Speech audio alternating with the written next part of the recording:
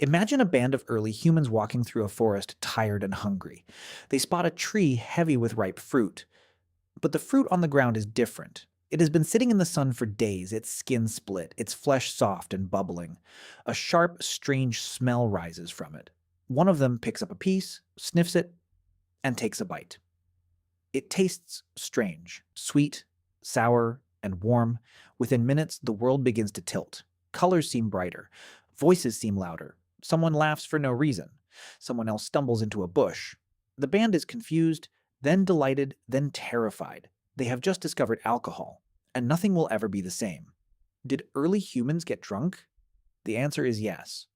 Long before beer, long before wine, long before anyone knew what fermentation was. They stumbled onto it by accident, and they kept coming back for more. This is the story of the first drink, the first buzz, and the first hangover. The first alcohol was not invented. It was found. Fermentation is a natural process.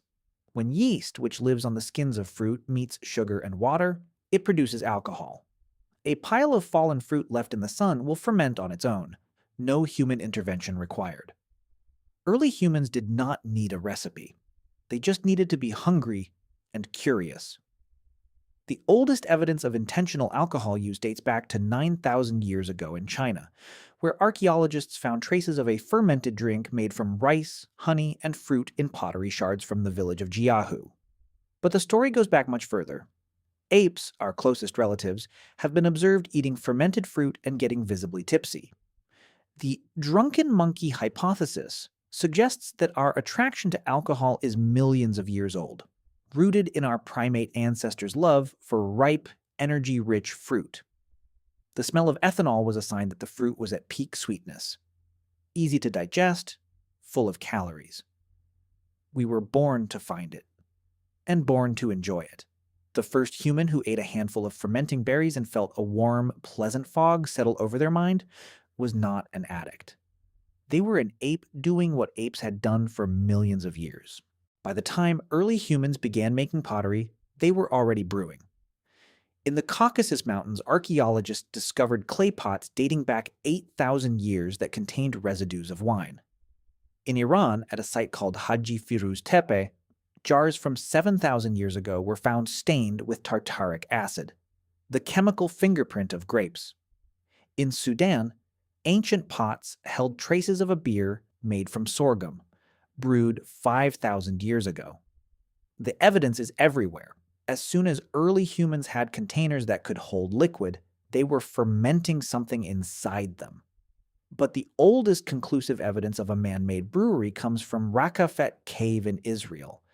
There, 13,000 years ago, the Natufian people, still hunter-gatherers, not yet farmers, carved mortars into the bedrock. They filled them with wild grains, malted them, and brewed a crude beer. They drank it during ritual feasts, likely to honor the dead. The first beer was not a casual drink, it was a sacred one. So why did early humans keep drinking? Because alcohol did something remarkable. It loosened tongues. It quieted fear. It made strangers into friends. A band that drank together bonded together. Grog, beer, and fermented mare's milk became the social lubricant of the prehistoric world. Feasts with alcohol were not just parties. They were political. They were spiritual. They were how alliances were forged between neighboring groups, how tensions were dissolved after a conflict, how stories were told around the fire until the embers burned low. In some cultures, alcohol may have replaced violence. If two hunters argued over who should lead, a shared bowl of beer could settle the matter without bloodshed. If a stranger arrived at camp, offering a drink was a gesture of peace. Alcohol was a tool for cooperation, and cooperation was how early humans survived. Alcohol also opened a door to the spirit world.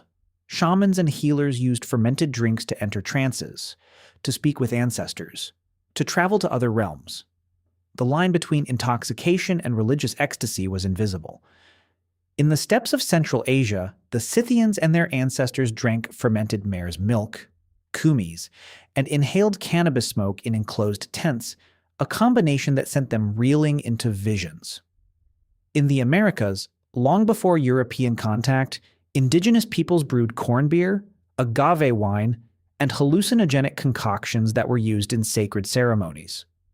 The first mystics were often the first drinkers.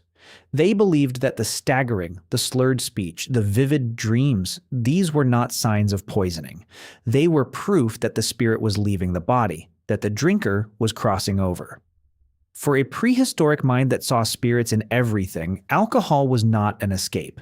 It was a journey. But every journey has a return. And the return was brutal. The first hangover in human history likely happened the morning after that fateful encounter with the fermenting fruit. A pounding head, a dry mouth, a stomach that refused to hold anything down. Early humans had no ibuprofen, no electrolytes, no greasy breakfast. They had water if they could find it, and time. Some ancient remedies have survived. The Greeks chewed willow bark, the same bark that contains salicin, the basis of aspirin. The Romans ate fried canaries. The medieval English drank a raw egg mixed with vinegar. But the earliest drinkers probably did what we do today, groaned, vomited, and swore they would never drink again.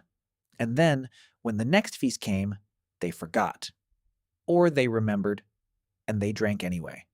Because the pleasure, the bonding, the escape, it was worth the pain. Alcohol did not begin with pubs or vineyards or craft breweries. It began with a rotting piece of fruit on the forest floor and a curious ape who took a bite. It began with a hunter who noticed that the water in a hollow tree tasted strange and made him feel light. It began with a shaman who drank a bowl of fermented grain and saw the gods. We are the descendants of those drinkers. Our love of a cold beer on a hot day, a glass of wine with dinner, a toast at a wedding, all of it goes back to the Paleolithic, to the jungle, to the cave. So did early humans get drunk? Yes. They got drunk. They got drunk on accident, then on purpose. They got drunk on fruit, on honey, on grain, on milk. They got drunk in caves and in temples and in tents. They got drunk before writing, before farming, before the wheel. They got drunk before they knew what alcohol was. And they never stopped. If you lived 30,000 years ago and found a pile of fermenting fruit, would you take a bite or walk away? Tell me below. I read every answer.